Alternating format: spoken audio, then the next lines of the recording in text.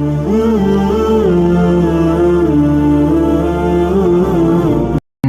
का उन्वान है उसका जमाना अब करीब है। अब्दुल मुत्तलिब की दुआ कबूल हुई। अल्लाह करीम ने उन्हें 10 बेटे अता किए। उनकी जिंदगी में ही उनके बेटे जवान हो गए। अब्दुल मुत्तलिब ने अल्लाह करीम से किया गया वादा पूरा करने के लिए अपने बेटों को बुलाया और उन्हें अपने वादे के बारे में बताया। तमाम बेटों ने सआदतमंदी के साथ अपने वालिद का वादा पूरा करने का यकीन दिलाया। जिस बेटे के नाम भी कुर्रा निकला वो इस कुर्बानी के लिए हाजिर होगा। काबा के फाल निकालने वाले को इस काम के लिए फाल निकालने का कहा गया। हर तीर पर एक बेटे का नाम लिखा गया। फाल निकाली गई तो फाल उस वक्त तक के सबसे छोटे बेटे अब्दुल्लाह बिन अब्दुल मुत्तलिब के नाम निकली। अब्बास, हमजा और मुकव्विम बाद में पैदा हुए। अब्दुल्लाह कमाल सआदतमंदी से होशो हवास में और मुतमईन रहे। कैसे मुमकिन है कि इस नाजुक लम्हे पर शैतान ने उन्हें बहकाने की कोशिश न की हो। लेकिन इस कुर्बानी के लिए अब्दुल्ला अपने दादा इस्माइल की तरह तैयार थे। उस वक्त अब्दुल्ला की उम्र 20 साल थी। आलमी शबाब और मर्दाना वजाहत अपने उरूज पर थी। अब्दुल मुत्तलिब अपने वादे पर कायम थे। उन्होंने अब्दुल्ला की कुर्बानी के लिए छुरी मंगवाई। घर वालों को जब बेटे की कुर्बानी के बारे में इल्म हुआ तो उन्होंने अब्दुल मुत्तलिब को रोकना चाहा। घर की सारी खवातीन उन्हें समझाने और रोकने की कोशिश करने लगी। अब्दुल मुत्तलिब की बीवियां, उनकी बहनें, बेटियां और बहुएं सब मौजूद थीं। सबके चेहरे उतरे हुए थे। बेटा या भाई कुर्बान करना कब आसान है। दूसरे कबीलों के सरदार भी आ गए। अब्दुल्ला के मामूजाद मुगीरा बिन अब्दुल्ला बिन अम्र मखजूमी ने कहा, खुदा की कसम, जब तक बचाव की सारी तदबीरें नाकाम न हो जाएं, तुम अपने बेटे को कुर्बान नहीं कर सकते। इसे बचाने के लिए हमें अपना सारा माल भी कुर्बान करना पड़ा तो हम करेंगे। काफी कोशिश के बाद अब्दुल मुत्तलिब इस बात पर राजी हुए कि हजर की काहिना से रहनुमाई हासिल की जाए, जिसका नाम कतबा है। कतबा पूरे अरब में अपनी जहानत और इल्म के लिए मशहूर थी। हजर मक्का से 236 किलोमीटर दूर शिमाल मशरिक में वाक़ एक कस्बा है। ये यसरब से जुनूब मगरिब में 281 किलोमीटर दूर है। ऊंट की मसाफत तकरीबन 6 दिन की है। सब लोग मिलकर इस मकसद के लिए हज रवाना हुए। सारा रास्ता परेशानी में गुजरा। मुसाफिरों को देखकर लगता था जैसे उनमें जान ही नहीं है। कोई किसी से बात नहीं कर रहा था। किसी को भी यकीन नहीं था कि इस कुर्बानी का कोई बदल है। बस मामूली सी उम्मीद थी जिसके सहारे वो हजर की तरफ रवाना थे। हजर का सफर पहले कभी इतना लंबा न था जितना अब महसूस हो रहा था। दिन निकलता था तो रात नहीं आती थी। रात आने के बाद खत्म होने का नाम नहीं लेती थी। हजर पहुंचकर पता चलता है कि कतबा 450 किलोमीटर दूर शिमाल में खैबर में रहती है। एक और सब्र आजमा सफर सामने था। कोई चारा भी नहीं था। सब लोग खैबर पहुंचे। काहिना से मिलकर मामले की संगीनी का इजहार किया। काहिना ने सारी बात सुनने के बाद कहा, मुझे 1 दिन की मोहलत दो, मैं तुम्हें कल इसका हल बताऊंगी। अगले दिन सब दोबारा उस काहिना के पास थे। उसने पूछा, तुम लोगों में एक जान की दियत यानी जान का बदला क्या है? जवाब दिया गया, एक जान की दियत 10 ऊंट हैं। कतबा कहने लगी, तुम लोग वापस जाओ। अब्दुल्ला और 10 ऊंटों की कुर्बानी के दरमियान फाल निकालो। अगर फाल अब्दुल्ला के नाम ही निकले तो 10 ऊंट और जमा करके दोबारा फाल निकालो। ऐसा उस वक्त तक करते रहना जब तक फाल ऊंटों के नाम ना निकले। जब फाल ऊंटों के नाम निकले तो समझ लेना तुम्हारा खुदा इस कुर्बानी के बदले पर राजी हो गया है। इस बार कमोबेश सारा शहर फाल निकालते वक्त काबा में मौजूद था। बात ही इतनी अहम थी। कुरैश का सरदार अपने बेटे की कुर्बानी करने को तैयार था। अब फाल अब्दुल्ला और 10 ऊंटों के दरमियान निकाली गई। ये क्या? फाल एक दफा फिर अब्दुल्ला के नाम निकली। अब ऊंटों की तादाद 20 कर दी गई। फाल अब भी ऊंटों की बजाय अब्दुल्ला के नाम निकली। हर बार 10 ऊंट बढ़ाए जाते थे। अब ऊंटों की तादाद 100 हो गई, यानी 10 जानों के बराबर दियत एक जान के लिए। 100 ऊंट और अब्दुल्ला के दरमियान फाल निकाली गई। फाल अब अब्दुल्ला की बजाय मुत्तलिब की तसल्ली नहीं हुई, कहने लगे 3 बार फाल निकालो। अगर तीनों बार फाल ऊंटों की कुर्बानी के हक में निकली तो मैं इस बात पर अमल करूंगा। सारे मजमे पर खामोशी छा गई। सब लोग दुआ मांग रहे थे कि फाल ऊंटों की कुर्बानी के हक में निकले। 3 बार मुसलसल ऊंटों की कुर्बानी के लिए फाल निकलना आसान नहीं था। काबा के फाल निकालने वाले ने एक बार फिर फाल निकाली। फाल 100 ऊंटों की कुर्बानी के हक में ही निकली। अब सारे लोगों की सांसें रुकी हुई थी। ऐसा समा था कि जिस्म काटो तो लहू न हो। सब लोग खामोश थे और दिल से दुआ मांग रहे थे कि ऊंटों की कुर्बानी ही कबूल हो जाए। फाल निकाली गई तो तीसरी बार भी फाल 100 ऊंटों के हक में निकली। मक्का में तो जश्न का समा था। सब लोग अपने अपने अंदाज में शुक्र अदा कर रहे थे। औरतें खुश थीं कि इतना प्यारा जवान बेटा कुर्बानी से बच गया। मर्द इसलिए खुश थे कि बनी हाशिम का कबीला इसी इज्जत के लायक था। अब्दुल मुत्तलिब ने 100 ऊंट कुर्बान किए। उस वक्त से एक जान की दियत 100 ऊंट हो गई। इंसानी जान की कीमत में 10 गुना इजाफा अब्दुल्ला के सदके हुआ। 100 ऊंट कुर्बान किए गए और लोगों को दावतें आम दी। किसी को ना रोका जाए। दोस्त दुश्मन अपना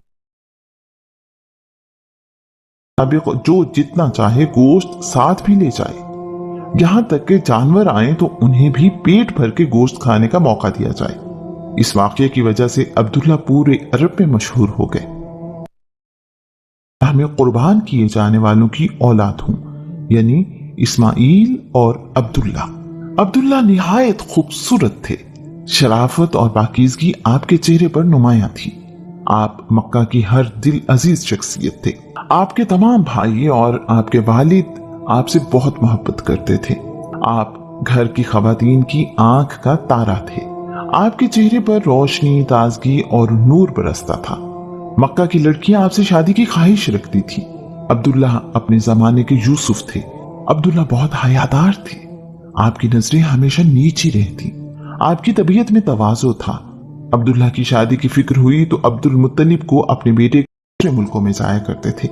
एक दफा अब्दुल्ला तिजारती काफिले के साथ मुल्क शाम गए। अब्दुल्ला को देखकर शाम के यहूदी पहचान गए कि ये आखिरी नबी के वालिद हैं। उन्होंने कई बार कोशिश की कि अब्दुल्ला को कत्ल कर दें। अल्लाह करीम की हिफाजत में अब्दुल्ला हर बार यहूदियों से महफूज रहे। एक दिन मुल्क शाम के जंगलों में अब्दुल्ला शिकार के लिए गए। यहूदियों ने अब्दुल्ला को अकेला देखकर कत्ल करने का इरादा किया। कबीला बनी ज़हरा के सरदार वहाब बिन अब्द मनाफ भी आसपास थे। उन्होंने देखा कि एक मखलूक जो शक्लो सूरत से इंसानों से मुख्तलिफ है अब्दुल्ला की हिफाजत के लिए आई और उसने यहूदियों को मार भगाया। वहाब बिन अब्द मनाफ ने देखा तो उन्हें अब्दुल्ला बिन अब्दुल मुत्तलिब से मोहब्बत और अकीदत हो गई। उन्होंने चंद दोस्तों के जरिए अब्दुल मुत्तलिब को अपनी बेटी के लिए अब्दुल्ला से निकाह का पैगाम भिजवाया। ये रिश्ता तय होने से पहले ही वहाब बिन अब्द मनाफ वफात पा गए। उन्हीं दिनों अब्दुल मुत्तलिब एक तिजारती काफिले के साथ यमन गए। ताजिरों के दरमियान बैठे हुए अब्दुल मुत्तलिब ने बात की तो उनकी आवाज सुनकर उसी महफिल में बैठा एक यमनी बूढ़ा कहने लगा, क्या मैं आपको छू सकता हूँ? अब्दुल मुत्तलिब इस सवाल पर हैरान हुए, लेकिन उसकी उम्र देखकर उसे इजाजत दे दी। वो बूढ़ा शख्स इल्हामी किताबों का आलिम था। उसकी बीनाई बहुत कमजोर हो चुकी थी। वो सहारा लेता हुआ अब्दुल मुत्तलिब के पास आया, आपके चेहरे को हाथ लगाया और फिर नाक को अच्छी तरह टिटोलने लगा। अब्दुल मुत्तलिब हैरान थे कि ये बुजुर्ग आखिर चाहता क्या है। बुजुर्ग की तरफ देखा तो उसके चेहरे पर खुशी फैली हुई थी। ऐसे लगा जैसे उस शख्स को मन की मुराद मिल गई हो। सरदार, आपको मुबारक हो। मैं आपके खानदान में आने वाले वक्त में नबुव्वत और बादशाहत दोनों देख रहा हूँ, लेकिन उनमें से एक कबीला बनी ज़हरा के जरिए आपको मिलेगी। अब्दुल मुत्तलिब उन दिनों अब्दुल्ला का घर बसाने की तैयारियों में थे। यमन से वापस आए तो इसी मकसद से यसरब जाने का इरादा किया। बनी ज़हरा कुसै के बड़े भाई ज़हरा की औलाद हैं। قبیلہ ہم پلہ بھی تھا اور ان کی خواہش بھی عبد المطلب تک پہنچ چکی تھی۔ سیدہ آمینہ اپنی والدہ سے اکیلی اولاد تھی۔ وہب بن عبد مناف کی وفات کے بعد ان کے بھائی وہیب بن عبد مناف سے ملاقات ہوئی۔ وہیب کی اپنی بیٹی حالہ بھی شادی کی عمر کو پہنچ چکی تھی۔ بی بی آمینہ بنت وہب کی شادی عبداللہ سے طے پا گئی اور ان کی چچا زاد بہن حالہ کی شادی عبد المطلب سے۔ عرب کی تہذیب میں بیان کیا جا چکا ہے کہ عرب میں زیادہ شادیاں عام تھیں۔ دلہا اور دلہن کی عمر میں فرق ان کے لیے کوئی معنی نہیں رکھتا تھا۔ عبد المطلب رشتے طے کرنے کے بعد واپس مکہ روانہ ہوئے۔ شادی کے دن قریب آئے، بارات مکہ سے یثرب جانا تھی۔ عبداللہ دلہا بن گئے۔ وہ تو پہلے ہی بڑے خوبصورت اور حیا والے تھے، اب ان کا چہرہ کوئی اور ہی منظر پیش کر رہا تھا۔ بارات مکہ سے نکل رہی تھی کہ ورقہ بن نوفل کی بہن قتیلہ بنت نوفل اپنے گھر کے باہر کھڑی تھی۔ قتیلہ بھی انجیل کی عالمہ تھی۔ ورقہ بن نوفل ان چند لوگوں میں سے تھے جو عیسائی تھے اور مکہ میں رہتے تھے۔ ورقہ بن نوفل الہامی کتابوں کے عالم تھے۔ وہ آخری نبی کے آنے کا انتظار کیا کرتے تھے اور لوگوں کو بھی اس کے متعلق بتایا کرتے تھے۔ قتیلہ نے ان سے سن رکھا تھا کہ آخری نبی کا زمانہ بہت قریب ہے۔ اس نے عبداللہ کو اپنی طرف بلایا اور کہا، تم مجھ سے شادی کر لو، میں اتنے ہی اونٹ قربان کروں گی جتنے اونٹ عبد المطلب نے تمہارے لیے قربان کیے تھے۔ عبداللہ نے اس سے کہا، میرے والد یہ فیصلہ کر چکے ہیں اور میں شادی کے لیے ہی یثرب جا رہا ہوں۔ یثرب پہنچ کر عبد المطلب کا نکاح بی بی حالہ سے اور عبداللہ کا نکاح بی بی آمینہ سے کر دیا گیا۔ عبداللہ کی شادی 570 عیسوی میں ہوئی۔ اس زمانے اور خاندان کی روایت کے مطابق وہ 3 دن اپنے سسرال یثرب میں ہی رکے۔ اس کے بعد دونوں اپنی اپنی دلہن کے ساتھ مکہ آ گئے۔ اب یہ گھر خوشیاں دیکھ بھی رہا تھا اور بانٹ بھی رہا تھا۔ شادی کے کچھ عرصے بعد عبداللہ کی دوبارہ قتیلہ بنت نوفل سے ملاقات ہوئی۔ عبداللہ نے قتیلہ کو شادی کی پیشکش کی۔ قتیلہ نے انکار کر دیا۔ عبداللہ کے لیے یہ جواب حیرانی کا باعث تھا۔ وجہ پوچھی تو قتیلہ نے کہا، جس دن میں نے تمہیں شادی کی درخواست کی تھی اس دن تمہارے ماتھے پر چمک، چہرے پر نور اور کشش تھی جو اب باقی نہیں ہے۔ میری ساری خواہش اس خوش نصیبی کے لیے تھی۔ ابھی شادی کو کچھ ہی عرصہ گزرا تھا کہ عبداللہ تجارتی سفر پر فلسطین چلے گئے۔ عبداللہ ملک شام سے واپسی پر بصرہ سے دومت الجندل، تیمہ اور خیبر سے ہوتے ہوئے یثرب پہنچے۔ وہاں پر عبداللہ بیمار ہو گئے۔ آپ اپنی دادی سلمہ بنت عمر کے خاندان بنی نجار کے پاس علاج اور آرام کے لیے رک گئے۔ باقی قافلہ مکہ لوٹ آیا۔ قافلے والوں نے عبد المطلب کو عبداللہ کی بیماری کے متعلق بتایا۔ عبد المطلب نے اپنے بڑے بیٹے حارث کو یثرب بھیجا کہ وہ اپنے چھوٹے بھائی کو مکہ لے آئیں۔ یثرب پہنچ کر انہیں پتا چلا کہ عبداللہ اس جہان فانی سے کوچ کر چکے ہیں۔ عبداللہ کو نابغہ کے گھر میں دفن کر دیا گیا۔ نابغہ بنی عدی بن نجار کے فرد تھے۔ عبداللہ نے 25 سال کی عمر میں وفات پائی۔ یہ خبر بی بی آمنہ کے لیے قیامت سے کم نہ تھی۔ ابھی تو ان کی شادی کو چند مہینے ہی گزرے تھے۔ ابھی تو ان کے لیے زندگی شروع ہوئی تھی۔ انہوں نے کتنے خواب دیکھے تھے۔ قدرت کو کچھ اور ہی منظور تھا۔ بی بی آمنہ کے لیے اب زندگی آسان نہیں تھی۔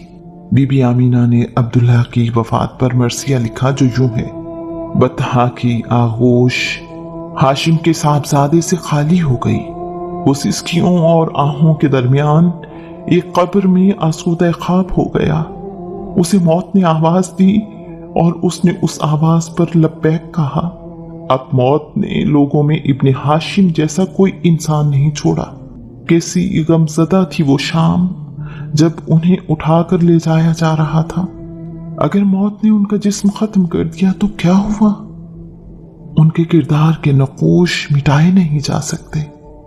وہ بڑے عقل مند اور رحم دل تھے۔ آدم علیہ السلام سے چلنے والی امانت عبداللہ سے ہوتی ہوئی بی بی آمینہ کے سپرد ہو چکی تھی۔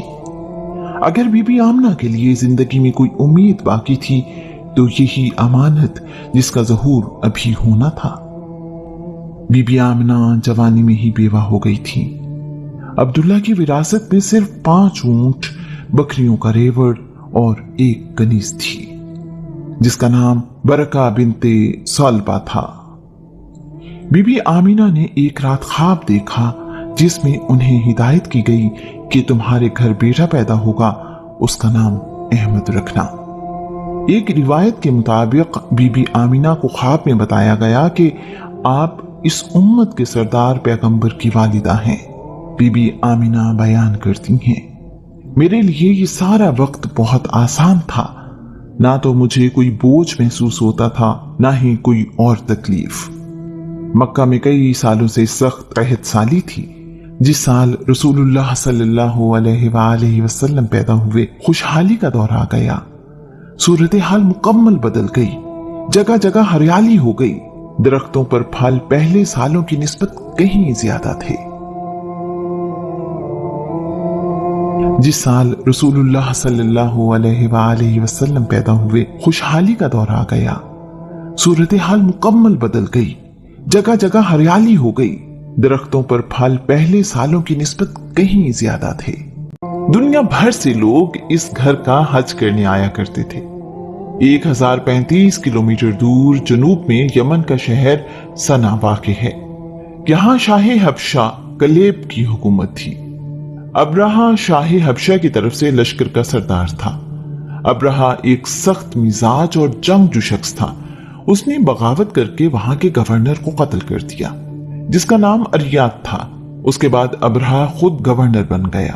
واقعہ کچھ یوں ہے کہ 543 عیسوی میں یمن کے گورنر اریات اور لشکر کے سربراہ ابرہہ کے درمیان اقتدار کی جنگ شروع ہو گئی۔ اریات نے مشورہ دیا کہ بجائے اس کے کہ ہم اپنے اپنے حمایتیوں کے ساتھ جنگ کریں جس میں بہت سے لوگ مارے جائیں، ہم ایک دوسرے کے ساتھ لڑائی کرتے ہیں، جو فاتح ہوگا وہ حکومت سنبھال لے۔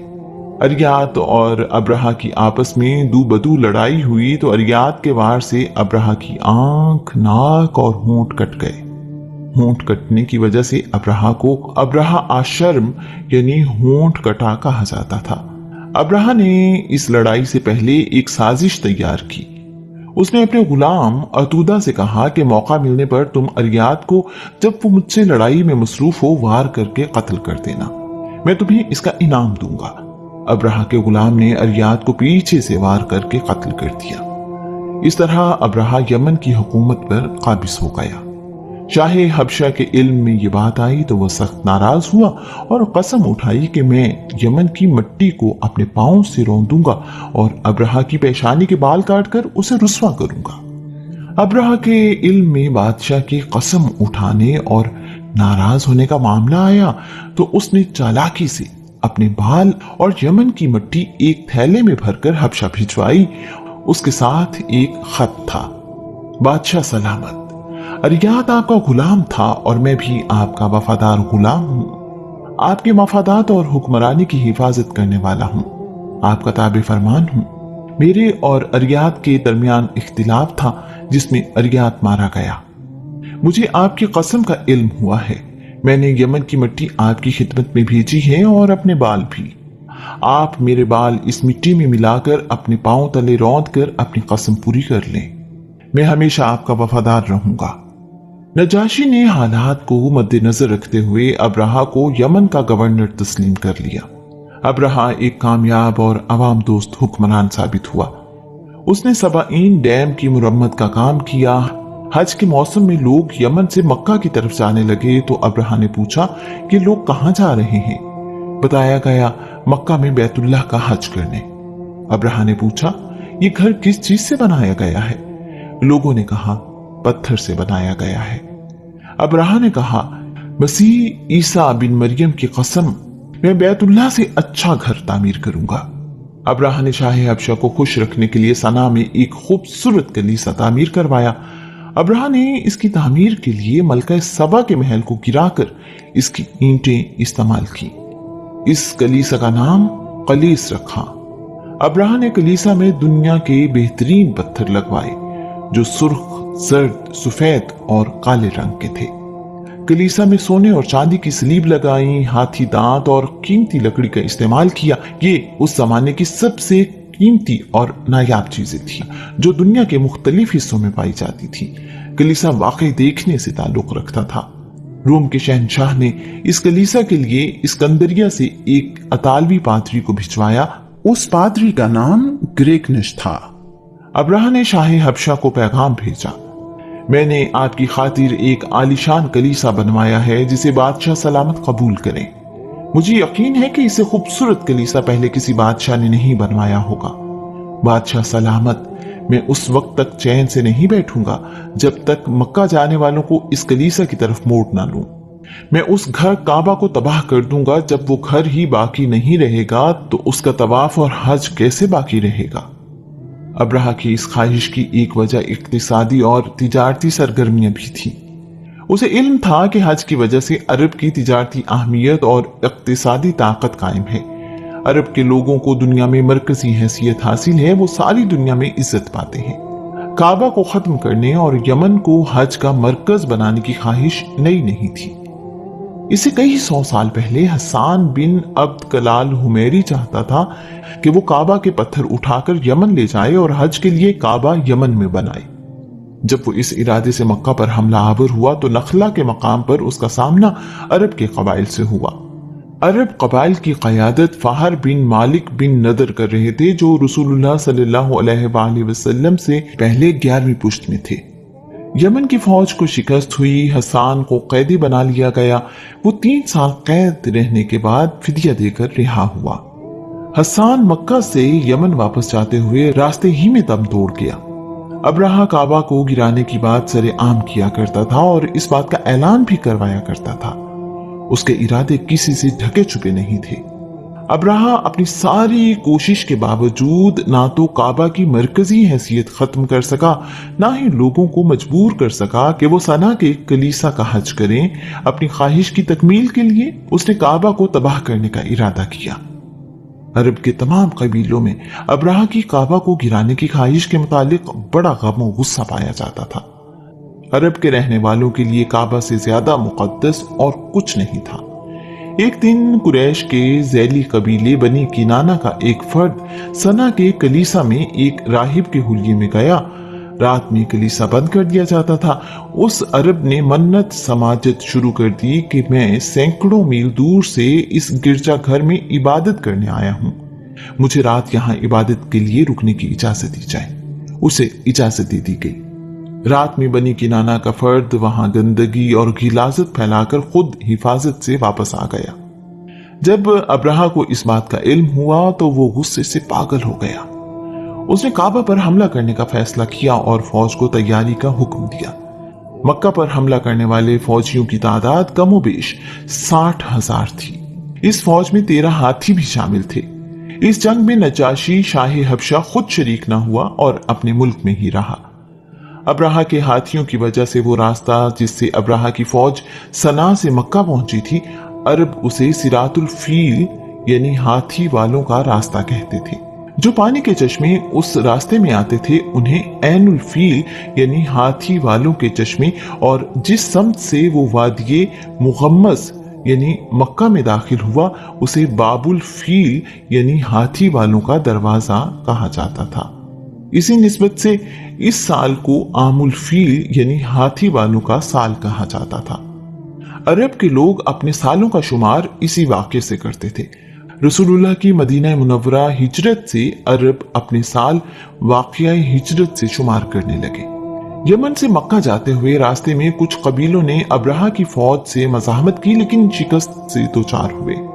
यमन के सरदार ज़ुनफर ने अब्राहा को रोकने की कोशिश की, लेकिन उसे शिकस्त हुई। ऐसी जंग के बाद कबीला बनी खशम के सरदार नुफैल बिन हबीब को गिरफ्तार कर लिया गया। ये लड़ाई बनी खशम के इलाके में लड़ी गई। नुफैल की जान बख्शी की शर्त ये रखी गई कि वो मक्का तक रास्ते की रहनुमाई करेगा। ताइफ के लोग लात को खुदा की बेटी कहते थे और उसकी इबादत करते थे। उसका बहुत बड़ा बुत ताइफ में मौजूद था जो एक टीले पर नस्ब था। कबीला बनी सकीफ इस टीले का तवाफ करते थे। अब्राहा की फौज ताइफ पहुंची तो ताइफ के लोगों ने इस ख्याल से कि अब्राहा कहीं लात का इबादत खाना गलती से काबा समझकर तबाह न कर दे, ताइफ से बाहर आकर अब्राहा की रहनुमाई की कि मक्का अभी दूर है। ताइफ के रहने वाले कबीला बनी सकीफ के लोगों ने मसूद बिन मुहतब सक़फी की क़यादत में अब्रहा को ये पेशकश की कि वो रहनुमाई के लिए अपना एक आदमी साथ भेजने को तैयार हैं जो उसे काबे तक आसानी से ले जाएगा। अब्रहा ने नुफैल की मौजूदगी के बावजूद ये पेशकश कबूल कर ली। कबीला बनी सकीफ ने अबू रगाल नामी शख्स को अब्रहा के साथ भेज दिया।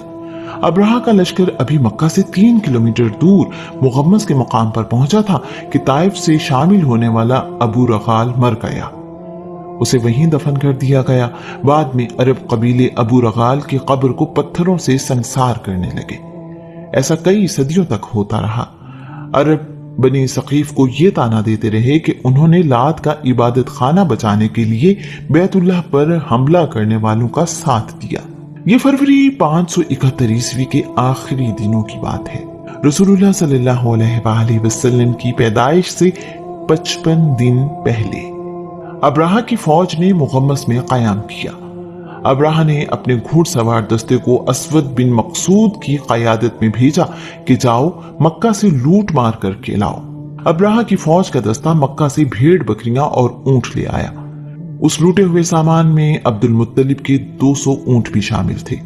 अब्रहा ने अपना एक नुमाइंदा जिसका नाम हिनाता हिमेरी था उसको अरब कबीलों के पास भेजा और अरब के सरदारों को अपने पास बुलाया। उस वक्त अरब में कोई मरकजी निजाम नहीं था। हर कबीला अपने अपने सरदार के मातहत था। अरब कबीलों के सरदारों ने मशावरत की और अब्दुल मुत्तलिब की सरबराही में एक वफ्द अब्रहा से मिलने के लिए भेजा। अब्रहा स्याह फाम हबशी था और हबशा की जबान बोलता था। अब्रहा के शाही खेमे में तख्त सजा हुआ था। जमीन पर कालीन बिछे थे। ठंडे और मीठे मशरूब से सुराहियां भरी हुई थीं। अब्दुल मुत्तलिब अब्रहा के पास पहुंचे तो अब्रहा कुरैश के सरदार अब्दुल मुत्तलिब को देखते ही मरऊब हो गया। अब्दुल मुत्तलिब दराज कद, निहायत वजी, बहादुर, खूबसूरत और दूर अंदेश इंसान थे। रोब और नूर उनके चेहरे पर नुमाया था। अब्रहा अपने तख्त से उतरा, अब्दुल मुत्तलिब से हाथ मिलाया और उनके साथ कालीन पर बैठ गया। अब्रहा ने एक तर्जुमान के जरिए अब्दुल मुत्तलिब से गुफ्तगू की। अब्रहा ने कहा, तुम क्या चाहते हो? अब्दुल मुत्तलिब ने जवाब दिया, मेरे ऊंट वापस कर दो। मक्का में मौजूद काबे की वजह से अरब के लोग सारी दुनिया में ही इज्जत पाते थे। अब्रहा के लिए अब्दुल मुत्तलिब का जवाब गैर मुतवक्के था। अब्रहा ने हैरान होकर कहा, अरब का सरदार और बस अपने ऊंटों की फिक्र? मैंने तुम्हारे बारे में जो सुना था वो झूठ था। मैं तो इस ख्याल में था कि तुम मुझसे काबा के मुतालिक बात करोगे। अब्दुल मुत्तलिब ने कहा, मैं ऊंटों का मालिक हूं, इसलिए मुझे ऊंटों की फिक्र है, काबे का मालिक और है। अब्रहा ने कहा, तुम्हें काबे की फिक्र नहीं? अब्दुल मुत्तलिब ने कहा, यह अल्लाह का घर है, वो अपने घर की हिफाजत खुद करेगा। अब्रहा ने कहा, मैं तुम लोगों से जंग नहीं करना चाहता, तुम लोग मेरे रास्ते में ना आओ। मैं तुम्हारी और तुम्हारे बाप दादा की इबादत का काबा को तबाह करने आया हूं। मैं इसे तबाह करके वापस चला जाऊंगा। अब्दुल मुत्तलिब ने कहा, फिर तुम जानो और इस घर का रब जाने। उसने आज तक इस घर पर किसी को मुसल्लत होने नहीं दिया। अब्रहा ने निहायत गुस्सा करते हुए कहा, इस घर का रब इसको मुझसे नहीं बचा सकेगा। मैं इसकी ईंट से ईंट बचा दूंगा। मक्का वालों ने मेरी कलीसा की बेहुरमती की है, इसलिए मैं काबा को मिस्मार किए बगैर यहां से वापस नहीं जाऊंगा। लेकिन तुम लोगों को नुकसान नहीं पहुंचाऊंगा। अगर तुम लोगों ने मेरे साथ जंग की तो तुम लोगों में से कोई भी जिंदा नहीं बचेगा। इस गुफ्तगू के बाद अब्दुल मुत्तलिब अब्रहा की फौज से अपने ऊंट लेकर मक्का वापस आ गए। वापस आकर लोगों को जमा किया और कहा, मैं इन हाथी वालों पर अल्लाह का अजाब देख रहा हूं। तुम सब लोग मक्का से निकल जाओ और पहाड़ों में पनाह ले लो। ऐसा ना हो कि हम भी नुकसान उठाएं, अपना मालो असबाब भी साथ ले जाओ। अब्दुल मुत्तलिब ने कुछ लोगों को अपने साथ लिया और बैतुल्लाह गए। बैतुल्लाह का दरवाजा पकड़कर कहने लगे, या अल्लाह, बंदा अपने घर की हिफाजत करता है, तू भी अपने घर को बचा। ऐसा ना हो कि कल सलीब वालों की तदबीर तेरी तदबीर पर गालिब आ जाए। अगर तू काबे को इन पर छोड़ना चाहता है तो जो तेरा हुक्म, मैं तेरे सिवा इनके मुकाबले में किसी से उम्मीद नहीं रखता। मेरे रब, इनसे अपने हरम की हिफाजत फरमा। इस घर का दुश्मन तेरा दुश्मन है, अपनी बस्ती को तबाह होने से रोक। इसके बाद अब्दुल मुत्तलिब भी अपने अहलो अयाल के साथ पहाड़ों में जबले सबीर पर चले गए। नुफैल को अब्राहा की फौज के साथ रहते हुए काफी दिन गुजर चुके थे। वो इस दौरान कई बातें सीख चुका था, जिनमें से एक हाथी के महाबत यानी हाथी को हिदायत देने वाले उनैस की हाथी को हिदायत थी। अगली सुबह अब्राहा ने अपनी फौज तरतीब दी और काबे पर हमले के लिए तैयार हुआ। सबसे बड़ा हाथी, जिसका नाम महमूद था, फौज के आगे था। उनैस महमूद पर सवार था और आगे बढ़ने की हिदायत के इंतजार में था। नुफैल ने जब देखा कि उनैस मुंह मोड़े अब्राहा के हुक्म के इंतजार में है, तो उसने महमूद हाथी को हिदायत दी, महमूद बैठ जाओ या जिधर से आए हो उधर वापस लौट जाओ, क्योंकि आगे खुदा का मुकद्दस शहर मक्का है। महमूद हाथी बैठ गया। उनैस ने बड़ी कोशिश की, लेकिन हाथी आगे बढ़ने को तैयार न हुआ। हाथी के सर में बार बार तबरजीन यानी लोहे की सलाखें मारी गई, लेकिन बेसूद। हाथी के पेट में भी नेजा टेढ़ा करके चरका लगाया गया, लेकिन कोई फायदा ना हुआ। हाथी को यमन यानी जनूब की जानिब मोड़ा गया तो वो चलने लगा। जब उसका मुंह शाम यानी शिमाल की तरफ किया गया तो भी महमूद हाथी चलने को तैयार था। जैसे ही उसका मुंह मक्का की तरफ मोड़ा गया, वो फिर से जमीन पर बैठ गया और एक कदम आगे बढ़ने को तैयार ना हुआ। इस सारी सूरत हाल में नुफैल वहां से खिसक कर दूर पहाड़ पर चला गया और ये सब कुछ एक पहाड़ी पर खड़ा देखता रहा। महमूद हाथी का मक्का की तरफ कदम ना बढ़ाना एक वाज़ेह इशारा था कि मक्का पर काबे को मिसमार करने की नीयत से हमला न किया जाए, लेकिन अब्राहा की काबा को तबाह करने की जिद आड़े आई। अचानक मगरिब की तरफ से आसमान गहरा होने लगा। देखते ही देखते अंधेरा छा गया। ये अबाबील परिंदों का गौल था जिसने आसमान को ढांप लिया। हर परिंदा 3 कंकरियां अपने साथ लिए हुए आया। एक कंकरी चोंच में, जबकि 2 कंकरियां पांव में थीं। कंकरियां बहुत छोटी थीं, खुश्क चने के दाने के बराबर। परिंदे अब्राहा की फौज के ऊपर से गुजरते हुए कंकरियां फेंक रहे थे। ये कंकरियां बड़ी कारगर साबित हुई। छोटी सी कंकरी जिस पर गिरती वो लोहे के खुद को चीरते हुए उस फौजी के जिस्म को भी चीर देती थी। यहां गौर करने की जरूरत है कि चने के दाने के बराबर कंकरी जो कुछ ही बुलंदी से गिरती थी, वो लोहे को चीरते हुए इंसानी जिस्म के आर पार गुजर जाती थी। हाथी जैसे जानवर के जिस्म के अंदर से इतनी छोटी कंकरी का जिस्म काटते हुए गुजर जाना कोई मामूली बात नहीं। इस कंकरी को ताकत अल्लाह करीम के हुक्म से मिली थी। जब अल्लाह का हुक्म हो तो मामूली सी मखलूक भी मोजज़ा दिखा सकती है। ये वाकया मुज़दलिफा और मीना के दरमियान वादिये मुहस्सर के करीब वादिये मुहस्सर के मकाम पर पेश आया।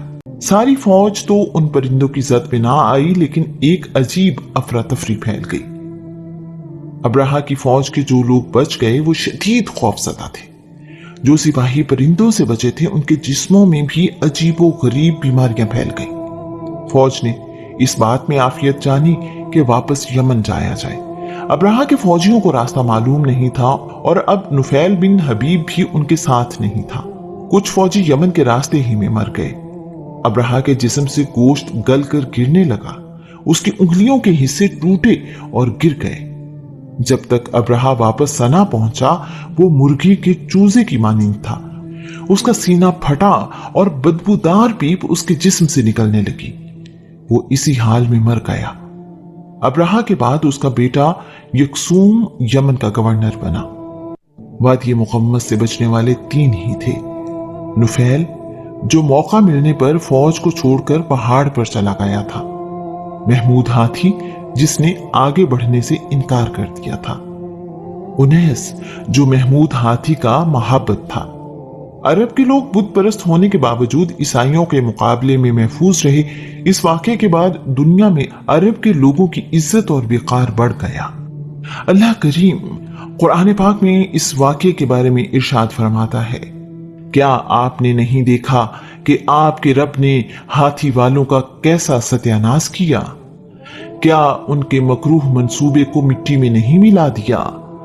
बेशक आपके रब ने उन पर अनगिनत अबाबील परिंदों के गौल भेजे जिन्होंने उन पर नोकीले पत्थर बरसाए और उन्हें इस तरह पीस कर रख दिया जैसे चबाया हुआ भूसा जिसे जानवर ने जुगाली करके झाग बना दिया हो।